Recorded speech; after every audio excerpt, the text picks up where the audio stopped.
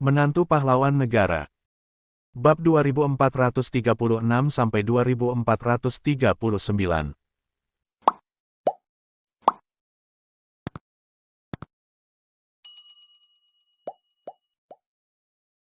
Bab 2436. Gindra mengucapkan, singkat. Tiba-tiba saja, dia berkata, omong-omong, dengar-dengar belakangan ini menantu benalu kalian itu juga berada di ibu kota provinsi. Nada bicara Gindra datar, ucapannya itu juga diliputi dengan nada bicara meremehkan. Boleh dibilang, sikapnya ini juga sudah mewakili sikap keluarga Liwanto terhadap Pak Ardika. Secara naluriah, Desi melirik Ardika sekilas, lalu bertanya dengan hati-hati, ada apa, Kak? Apa mungkin dia telah menimbulkan masalah bagi keluarga Liwanto? Dia sudah mengenal jelas karakter Ardika. Bocah yang satu ini adalah pembuat onar, kemanapun dia pergi, dia selalu membuat masalah, seakan-akan tidak pernah berhenti membuat masalah. Hal ini juga yang membuat Desi terus mendorong Luna untuk bercerai dengan Ardika belakangan ini. Status Luna sekarang sudah tidak bisa dibandingkan dengan dulu lagi. Kelak, dia akan berinteraksi dengan orang-orang dari kalangan kelas atas, seperti keluarga-keluarga yang luar biasa kaya dan keluarga bangsawan. Bocah yang tidak ada apa-apanya seperti Ardika ini bukan hanya akan menjatuhkan level Luna, tetapi dengan karakternya yang suka menimbulkan masalah, mungkin suatu hari nanti dia akan menyinggung anggota keluarga bangsawan. Orang-orang itu tidak bisa dibandingkan dengan orang-orang yang sebelumnya diprovokasi oleh Ardika saat di kota Banyuli. Enggak juga, Gindra berkata dengan datar, tapi, saat tetua yang akan datang berkunjung hari ini menghubungi keluarga kita, kebetulan dia menyebutkan tentang Ardika. Adapun mengenai apakah tetua ini berniat baik atau berniat buruk, aku nggak tahu jelas. Mendengar ucapan ambigu ini, jantung Desi kian berdegup kencang. Kak, siapa tetua itu? Nanti kamu juga akan tahu sendiri. Jangan buang-buang waktu lagi, cepat datang. Kamu juga tahu, Tuan Besar paling nggak suka orang yang nggak mematuhi aturan. Dan, karena tetua itu menyebutkan nama Ardika, bawa dia kemari juga. Baik, baik, baik. Desi mengangguk. Setelah panggilan telepon berakhir, dia mengamati Ardika sejenak, lalu tiba-tiba bertanya dengan dingin, katakan dengan jujur, apakah selama beberapa hari di ibu kota provinsi, kamu memprovokasi orang lagi? Apa ada tokoh hebat yang kamu provokasi? Keluarga Liwanto adalah keluarga besar ibu kota provinsi yang berkecimpung di pengobatan tradisional. Walaupun tidak termasuk keluarga kaya, tetapi juga memiliki reputasi sendiri di ibu kota provinsi. Orang yang bisa disambut dengan sebegitunya oleh seluruh keluarga Liwanto, menurut Desi sudah pasti adalah tokoh hebat. Ardika tertegun sejenak, lalu berkata, cukup banyak orang yang memprovokasi aku. Adapun mengenai tokoh hebat, seharusnya nggak ada. Ardika berbicara dengan jujur, karena hal seperti ini juga tidak perlu disembunyikan. Sekarang Luna sekeluarga sudah tiba di ibu kota provinsi. Cepat atau lambat, mereka juga akan tahu siapa-siapa saja yang telah dia provokasi. Jadi, sangat jelas tidak ada gunanya lagi menyembunyikannya sekarang. Apa yang kamu maksud dengan seharusnya nggak ada? Desi langsung kesal setengah mati setelah mendengar jawaban dari Ardika. Dia memelototi Ardika dan berkata, kamu baru tiba di ibu kota provinsi beberapa hari, tapi kamu sudah memprovokasi begitu banyak orang. Bisa-bisanya kamu menyebutkannya tanpa rasa malu. Ardika tidak bisa berkata-kata lagi mendengar ucapan Desi. Bukankah kamu sendiri yang menanyakannya padaku? Apa salahnya aku berbicara jujur? Luna melirik Ardika sekilas, lalu mengerutkan keningnya dan berkata, Ibu, ada apa? Apa terjadi sesuatu? Mana aku tahu. Intinya, pamanmu memintaku untuk membawa bajingan ini ke sana. Ekspresi tidak senang menyelimuti wajah Desi. Ibarat orang rendahan tidak cocok untuk dibawa ke perjamuan. Tentu saja dia tidak ingin membawa Ardika ke kediaman keluarga Liwanto. Namun, Gindra, kakaknya selaku kepala keluarga Liwanto sudah menginstruksikannya untuk membawa Ardika ke sana. Tentu saja dia tidak berani melawan. Kalau begitu, jangan omong kosong lagi. Ayo cepat ke sana. Ayahmu itu adalah tipe orang dengan segudang aturan. Kalau kita sampai terlambat, dia pasti akan marah. Jaki melontarkan kata-kata itu untuk mendesak istri dan putrinya. Nada bicara mengeluh terdengar dalam ucapannya. Kala itu, setelah Desi mengalami insiden kerja, Jifar, Tuan Besar keluarga Liwanto yang memutuskan untuk mengeluarkan Desi dari keluarga. Sekarang, melihat Luna sudah sukses dan menjadi pemimpin cabang keluarga bangsawan Basagita Suraba, orang-orang itu mengundang mereka untuk kembali lagi ke keluarga Liwanto. Tentu saja Jaki tidak bisa melupakan hal ini. Luna juga mengangguk. Tiba-tiba, raut wajahnya berubah drastis. Gawat, perjamuan dimajukan ke siang hari, tapi kita belum sempat menyiapkan hadiah untuk kakek. Awalnya kita berencana untuk melihat-lihat rumah pada pagi hari, lalu memilih hadiah pada sore hari. Bab 2437. Ini, bagaimana ini? Mendengar ucapan putrinya, Desi juga panik setengah mati. Tuan Besar keluarga Liwanto bukan hanya orang yang banyak aturan dan banyak tingkahnya, tetapi juga sangat memedulikan harga dirinya. Ulang tahunnya tahun-tahun sebelumnya, putra, putri dan cucu-cucu keluarga Liwanto akan menyiapkan hadiah yang sesuai dengan preferensinya. Kalau tidak, dia akan tidak senang. Walaupun selama bertahun-tahun ini, Luna sekeluarga tidak diterima oleh keluarga Liwanto, tetapi ulang tahun Tuan Besar Liwanto setiap tahunnya, Desi selalu menyiapkan hadiah dan meminta orang untuk mengantarkannya ke kediaman keluarga Liwanto. Biarpun Tuan Besar Liwanto tidak pernah menerima hadiah-hadiah ini, bahkan terkadang langsung melemparkan hadiah itu keluar. Desi tetap tidak lupa menyiapkan hadiah setiap tahunnya. Dia tidak berani melupakan hal sepenting ini. Intinya, berulang tahun bisa menolak, tapi dia tidak bisa tidak menyiapkan hadiah. Namun, sekarang waktu sudah menjelang siang hari, mereka harus pergi kemana untuk memilihkan hadiah bagi Tuan Besar Liwanto. Mengingat jika mereka pergi dengan tangan kosong dan membuat Tuan Besar Liwanto marah besar, keluarga mereka akan malu setengah mati. Saat ini, Ardika berkata, "Nggak apa-apa. Sebelumnya Futari sudah menyebutkan tentang hal ini padaku, aku sudah menyuruh orang untuk menyiapkannya. Aku akan meneleponnya dan memintanya untuk mengantarkan hadiah itu ke kediaman keluarga Liwanto sekarang juga." Saat itu tiba, "Luna, kamu hanya tinggal menyerahkan hadiahnya saja." Desi melirik Ardika sekilas. Walaupun dia sangat tidak menyukai bocah yang satu ini dan secara naluriah ingin mengatakan tidak ada yang membutuhkan hadiah dari Ardika, tetapi mengingat temperamen Tuan Besar Liwanto, dia hanya berpura-pura tidak mendengarnya. Luna bertanya, "Ardika, hadiah apa yang kamu siapkan?" "Seharusnya berupa giok dan semacamnya. Aku meminta Levin untuk menyiapkannya. Dengan seleranya, pasti nggak masalah." Mendengar ucapan ini, Luna sudah bisa merasa lega. Tidak berani menunda-nunda waktu lagi, mereka segera meninggalkan tempat itu. Kemudian, mereka membawa Handoko yang malas untuk masuk dan berdiri di luar sambil bermain ponsel, lalu bergegas menuju ke kediaman keluarga Liwanto. Mengenai membeli urusan rumah, mereka langsung melupakannya. Kediaman lama keluarga Liwanto berlokasi di area kota lama ibu kota provinsi. Jadi, sepanjang perjalanan ini, mereka sempat mengalami kemacetan sebanyak 2 kali. Saat mereka tiba di kediaman keluarga Liwanto, perjamuan sudah hampir dimulai. Saat masih berjarak sekitar beberapa meter dari pintu utama kediaman keluarga Liwanto, mereka ada sekelompok orang yang berkerumun di depan pintu utama.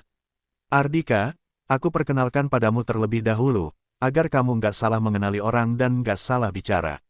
Selagi belum turun dari mobil, Luna menunjuk ke arah seorang pria parubaya yang tampak berwibawa dan berkata, "Itu Paman Gindra dan istrinya. Itu sudah pernah kamu temui, Paman Leon sekeluarga. Bibi Amanda sekeluarga nggak perlu kuperkenalkan lagi. Itu putra dan putri Paman Leon, Kak Bustar dan Irvi." Bukankah itu kakek?" Tepat pada saat ini, Handoko tiba-tiba berseru. Kerumunan orang-orang di depan pintu utama membuka jalan, lalu seorang pria tua berambut putih berjalan keluar. Postur tubuh pria tua ini tinggi dan tegap, wajahnya juga tampak bugar. Dengan bertopang pada tongkat kepala naganya, dia memancarkan aura sangat berwibawa. Hidungnya sangat mancung, seharusnya para putra dan putri keluarga Liwanto mewarisi gennya, itulah sebabnya rongga matanya tampak sangat mendalam, terlihat seperti orang yang sulit didekati. Seharusnya Tuan Besar keluar untuk menyambut kedatangan tetua itu. "Apalagi yang kalian tunggu? Cepat turun dari mobil dan beri hormat." Seperti tikus yang melihat kucing, Desi buru-buru mendorong Jaki. Satu keluarga itu turun dari mobil dengan terburu-buru, lalu segera melangkah maju ke depan. "Kak Desi, ada apa dengan kalian sekeluarga? Kenapa kalian baru sampai sekarang?" Melihat kedatangan Desi sekeluarga, Leon yang detik sebelumnya masih tersenyum sumringah langsung menunjukkan ekspresi muram dan mulai menegur kakaknya. Kak Gendra sudah memberitahu kalian sekeluarga untuk menghadiri perjamuan, kenapa kalian masih lambat-lambat? Apa harus Tuan Besar yang keluar sendiri untuk menyambut kalian? Sejak perjalanannya ke kota Banyulis sebelumnya, Leon memendam kebencian yang mendalam terhadap Ardika. Saat ini, tentu saja dia sengaja langsung menargetkan mereka. Bab 2438.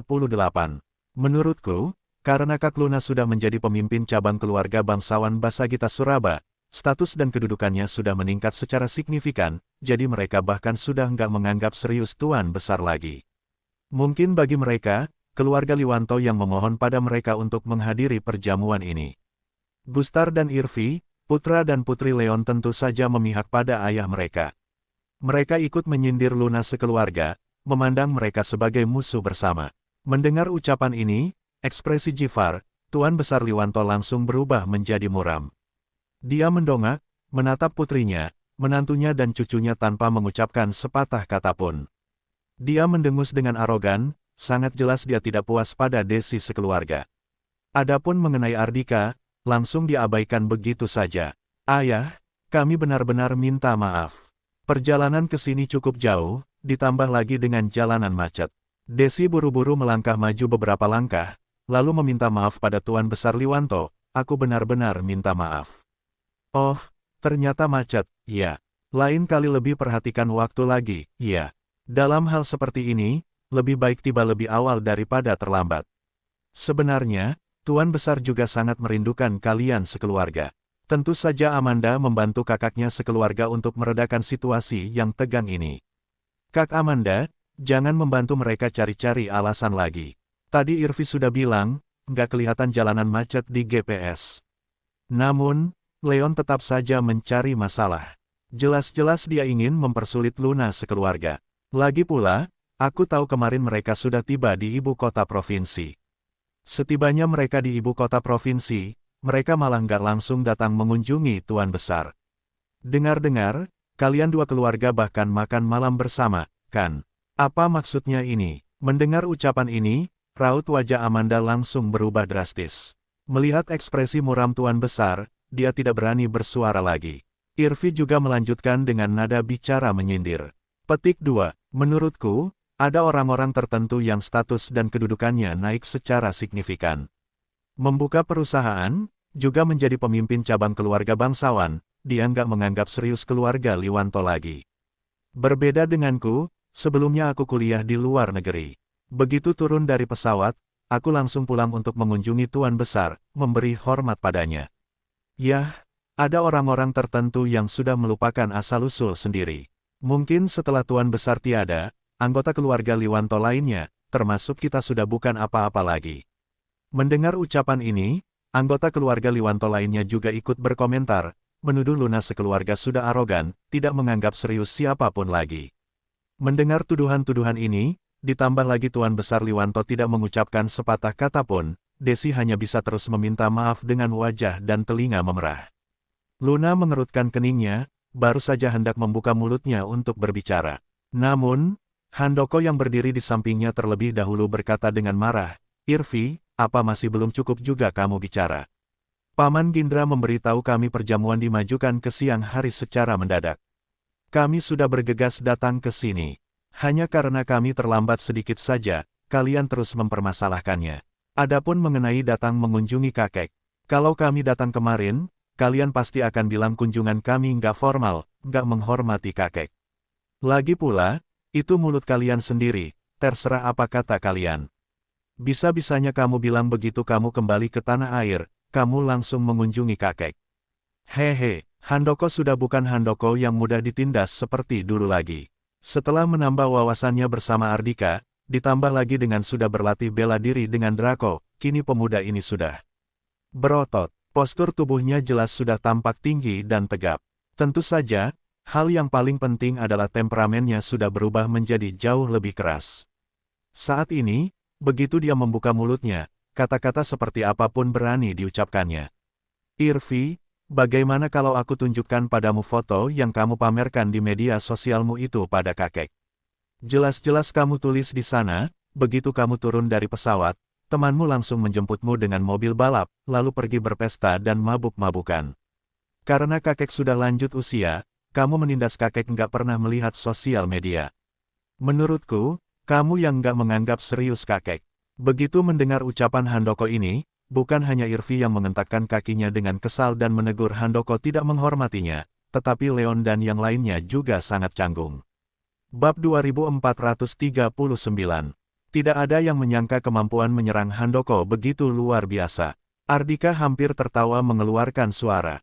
Dia menepuk bagian belakang kepala adik iparnya itu sebagai bentuk pengakuan, lalu berpura-pura mengguruinya. Hei, kenapa kamu berbicara seperti itu?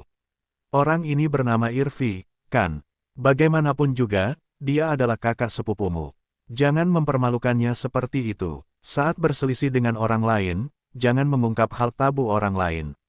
Bagaimana biasanya aku mengajarimu? Kak Ardika, aku salah, aku nggak akan mengulanginya lagi. Di hadapan Ardika, Handoko sangat patuh. Dia segera mengakui kesalahannya. Namun, sebaiknya Ardika tidak berbicara. Begitu dia melontarkan kata-kata itu, Leon sekeluarga merasa makin malu. Mereka memelototi Desi sekeluarga dengan marah, sedang memikirkan cara untuk mempersulit Desi sekeluarga lagi. Handoko, kamu nggak tahu sopan santun. Kamu nggak berhak untuk bicara di sini. Desi menoleh, memelototi putranya. Awalnya dia ingin memarahi Ardika beberapa patah kata. Namun, tiba-tiba teringat akan sesuatu, dia langsung menutup mulutnya dengan rapat, lalu mengedipkan matanya ke arah menantunya itu. Ardika, di mana hadiah yang disiapkan oleh Luna untuk Tuan Besar? Bukankah ditaruh di tempatmu? Cepat keluarkan. Desi tahu Tuan Besar Liwanto paling menyayangi Leon sekeluarga. Ucapan Handoko tadi bukan hanya tidak bisa meredakan amarah Tuan Besar Liwanto, sebaliknya malah akan membuat Tuan Besar Liwanto malu. Itulah sebabnya, dia buru-buru ingin mengubah topik pembicaraan dan mencari cara untuk memperbaiki situasi ini. Mendengar ucapan ini, satu keluarga itu mengalihkan pandangannya ke arah Ardika. Ardika, apa lagi yang kamu tunggu? Bukankah kamu sudah menyuruh orang untuk mengantarnya kemari? Di mana orangnya? Melihat Ardika tidak bereaksi, Desi terus mendesak menantunya itu. Di saat seperti ini, hanya dengan hadiah yang telah disiapkan sesuai dengan preferensi Tuan Besar Liwanto, baru bisa meredakan amarah pria tua itu. Ardika melirik Jifar yang menatap Luna sekeluarga dengan ekspresi masam tanpa mengucapkan sepatah kata pun sekilas, lalu tersenyum tipis dan berkata, "Maaf, tadi temanku baru saja meneleponku, katanya dia tanpa sengaja menghilangkan hadiah itu." Kalau sejak awal Jifar bersikap tenang, maka dia akan menyerahkan hadiah yang telah disiapkannya pada pria tua itu. Namun, sejak mereka tiba hingga sekarang, pria tua itu hanya melihat putra bungsunya sekeluarga menyerang Luna sekeluarga dengan berbagai macam sindiran tanpa buka suara untuk menghentikan si pembuat onar. Sangat jelas pria tua itu ingin mempermalukan Luna sekeluarga. Kalau seorang tetua tidak bersikap layaknya tetua, maka dia juga tidak akan bersikap hormat pada pria tua tersebut. Ardika, kamu. Sementara itu, begitu mendengar ucapan Ardika, Desi hampir mati karena kesal. Karena dia tahu jelas Ardika sengaja berbicara seperti itu karena emosinya sudah tersulut. Kalau bukan karena mengetahui temperamen Ardika, Desi benar-benar ingin melayangkan satu tamparan ke wajah bajingan itu. Dia tahu Ardika paling mendengarkan ucapan Luna. Karena itulah, dia segera mengedipkan matanya pada putrinya dan berkata, cepat minta dia untuk menelepon orang itu dan mencari hadiah tersebut. Ardika, Luna mengerutkan keningnya. Namun, Ardika menggelengkan kepalanya dan berkata pada istrinya dengan suara lembut, jangan membujukku lagi. Biarpun kamu membujukku, aku juga nggak akan dengar. Aku nggak akan membiarkanmu diperlakukan seperti ini begitu saja. Kata-kata yang sudah sampai di ujung lidahnya, hanya bisa Luna telan kembali. Ekspresi tidak berdaya menghiasi wajahnya. Hehe, Bibi Desi, kalian benar-benar pandai mencari-cari alasan, ya. Irvi yang sebelumnya dipermalukan oleh Handoko, kini berhasil mencari kesempatan untuk mempersulit targetnya lagi. Kalau kalian nggak menyiapkan hadiah untuk Tuan Besar, ya katakan saja secara langsung. Untuk apa kalian melempar masalah pada seorang menantu benalu yang nggak punya kedudukan apapun dalam keluarga? Benar-benar status makin tinggi, pandangan juga makin tinggi. Bahkan Tuan Besar juga nggak dianggap serius lagi, bukan?